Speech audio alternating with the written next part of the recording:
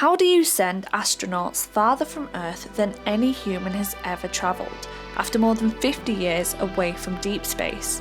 Artemis II is the first crewed mission beyond low Earth orbit since Apollo 17 in 1972, and the first step in returning humans to the Moon.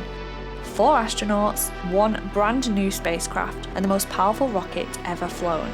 Here's how they made it.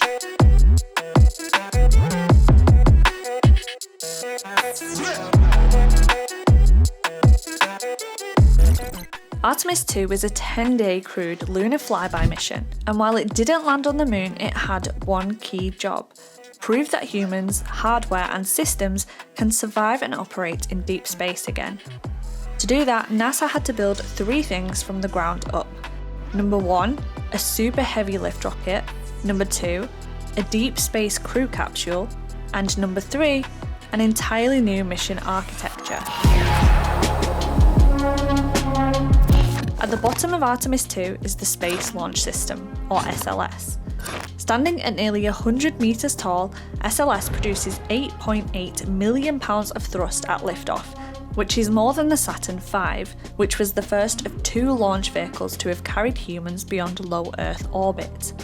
It combines 4 RS-25 engines, originally flown on the Space Shuttle, and 2 5-segment solid rocket boosters that deliver most of the thrust in the first 2 minutes. Those boosters burn through over 5 tons of propellant every second.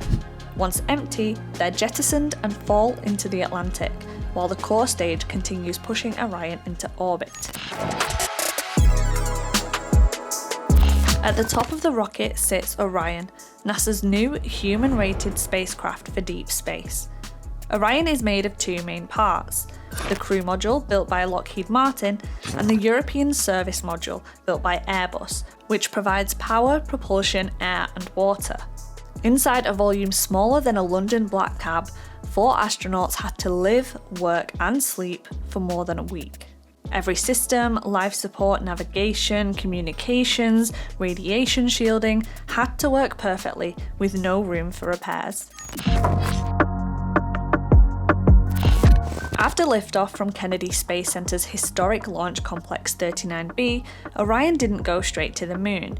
Instead, it spent nearly a full day in high Earth orbit. This is where crews tested life support systems, manual flight controls, communication delays, and emergency procedures. Only once everything checked out did Mission Control give the go-ahead for the most important burn. The translunar injection burn is when the Artemis II mission truly shines. The upper stage fired once, accelerating Orion to over 39,000 km per hour and breaking them free of Earth's gravity. The spacecraft followed a free return trajectory, a fuel-efficient path that uses gravity to loop around the far side of the Moon and head home naturally without needing major engine manoeuvres. As Orion swung behind the Moon, for the first time ever, humans saw the lunar far side with their own eyes. At closest approach, the crew passed just a few thousand kilometres above the surface, far enough to avoid orbit insertion and set a new human distance record from Earth. During the flyby, the crew photographed the Moon, studied navigation performance, and experienced complete communication blackout for 40 minutes as the spacecraft passed behind it. On the return leg, Orion accelerated again under Earth's gravity.